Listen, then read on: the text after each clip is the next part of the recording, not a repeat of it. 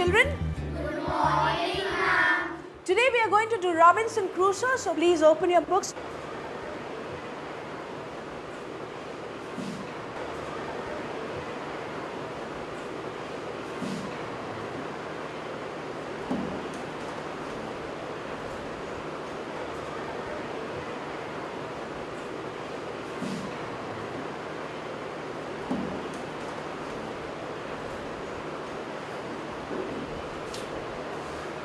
Do you know what the word shipwreck means? Yes, Suman? A ship getting destroyed at sea. Good, that's very good. Why don't we check up Oxford Educate to see what the dictionary meaning is? When we go to the dictionary, what does it say?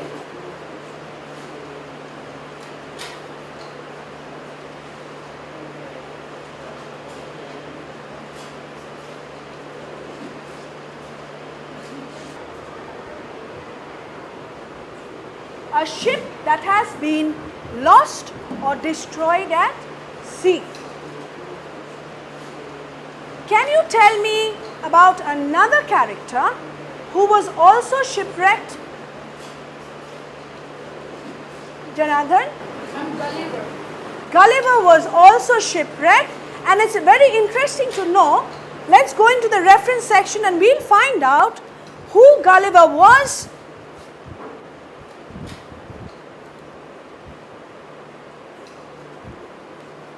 And here we have it, Gulliver's Travels, written by Jonathan Swift.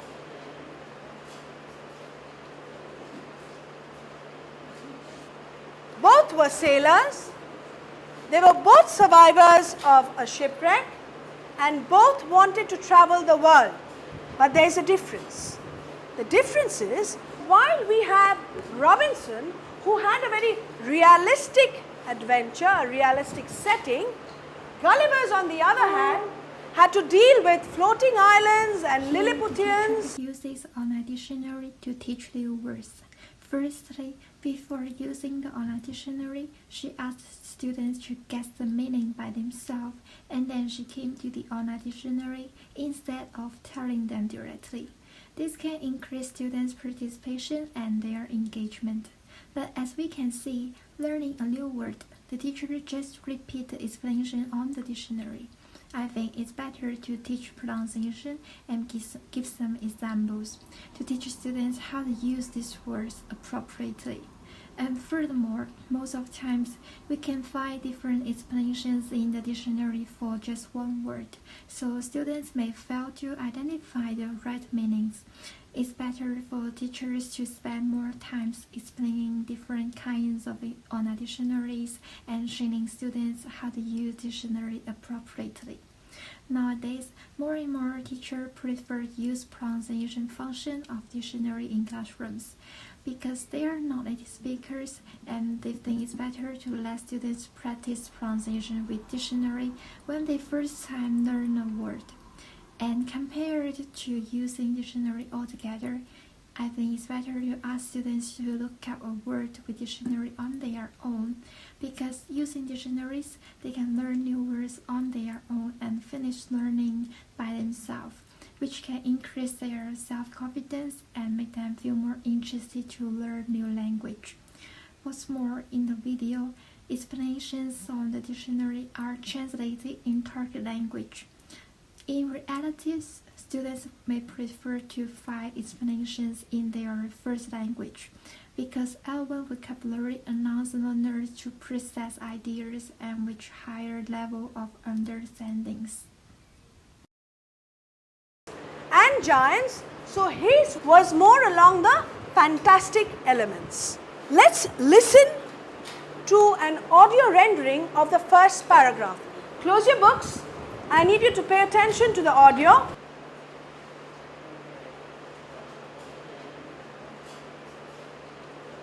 Unit 3, Robinson Crusoe.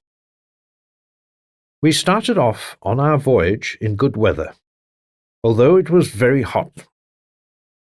After about 12 days, however, a violent tornado came from the north, The waves rose high, the skies were black, and the wind howled through the sails. 2 members of the crew were washed overboard, and after a day or 2 the ship began to leak.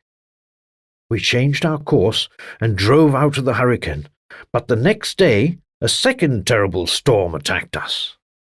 We could see the shore of some unknown land, but the sea was very rough. The rain dashed down, and we were afraid to approach close to the land. Our only hope was to clamber into a small boat and try to row to the shore. 4 of us managed to get the boat into the sea, and we jumped into it. We rowed with all our might, but the waves were like mountains. We struggled on, but at last a gigantic wave, greater than all the others, hurled our little boat into the air, and it sank beneath us. Did you enjoy that? At this point, teacher plays audio function from this app to read the first paragraph of text to students, giving opportunities for students to see the text while listening. This is better than just read the text by themselves because the sound here is vivid and lively, which can help students to be more immersed into the story, and meanwhile, they can learn the standard pronunciation and intonation of it. However, during that time, students may be distracted because sometimes it is not an effective and interesting way to stimulate students' engagement. Here is some possible advice. At the process of first experience the text, teacher just plays the audio while not showing the text, asking students to imagine the scenery in their mind, which can stimulate students' strong desire to listen carefully and actively. And then teacher plays the audio twice time. At this stage, it would be better if teacher used video rather than audio, because the video here can be more directly that students can see the image in it. And then they can compare the image from this video with what they imagine in their mind. So at this way, the story can be more impressive in their brain. Okay, can you guess what the plot of the story will be? Do you think Robinson Crusoe is going to survive the shipwreck? In order to summarize this paragraph, we can now use a sticky note and put it up right out here.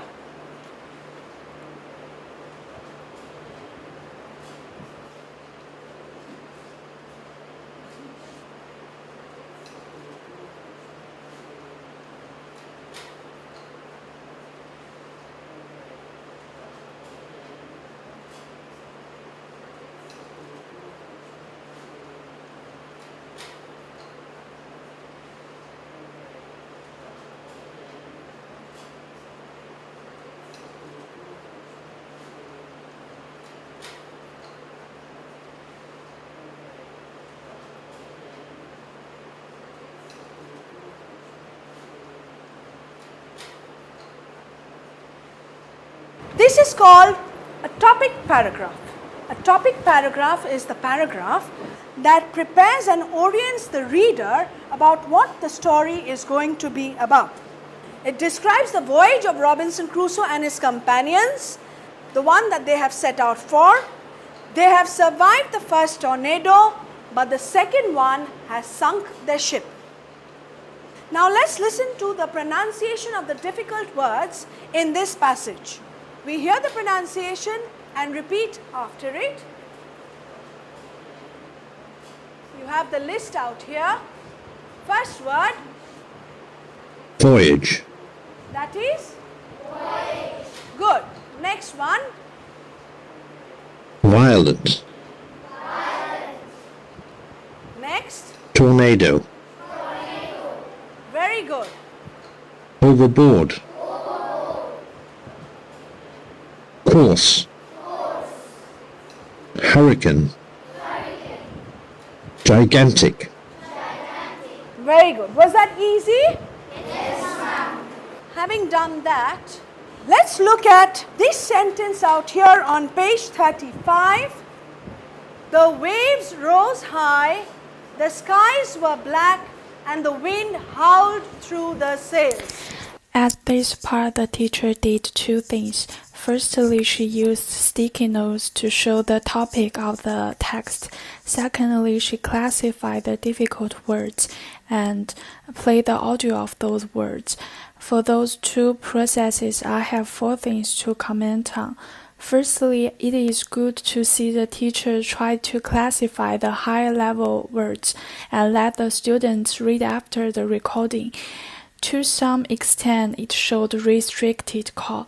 The learner can get the feedback from the pronunciation from the computer and can compare them with the original pronunciation, but it can only be done with the operate of the teacher. So if the teacher wants to get the feedback from the student, I think these activities would be too limited. Secondly, in 2006, Panya and Matthew introduced TPAC framework. I think this teacher failed to reach the pedagogical knowledge PK and thus not so well in technological pedagogical knowledge TPK. Thirdly, I believe that the process of learning a language, sometimes it is not only about the language itself. Language is a tool, a vehicle to help learners to master high-order thinking skill or to become an autonomous learner. I noticed the teacher trying to let the students guess what will happen next in the text and try to figure out what the topic of the text is. But she failed to let the students to discuss and to evaluate and analyze the text. So she didn't reach any level of summer model. Lastly, I see the teacher trying to combine the teaching activities and technology together. But as you can see in the video, she didn't combine so well. So I guess she may have a little bit technological determinism. So I think there should be more group work, more interactive, and more feedback from the students. Look at the word high out here. What does high describe? Janardhan? The word high describes rose. Rose. So the waves rose. Rose out here becomes a verb. How high did the waves rise? An adverb. That's right. So high is an adverb. Do you remember the comparative and superlative forms of adverbs? Yes, ma'am. Right? Turn to page 40 out there and we have a short exercise on adverbs. Let's go through that one.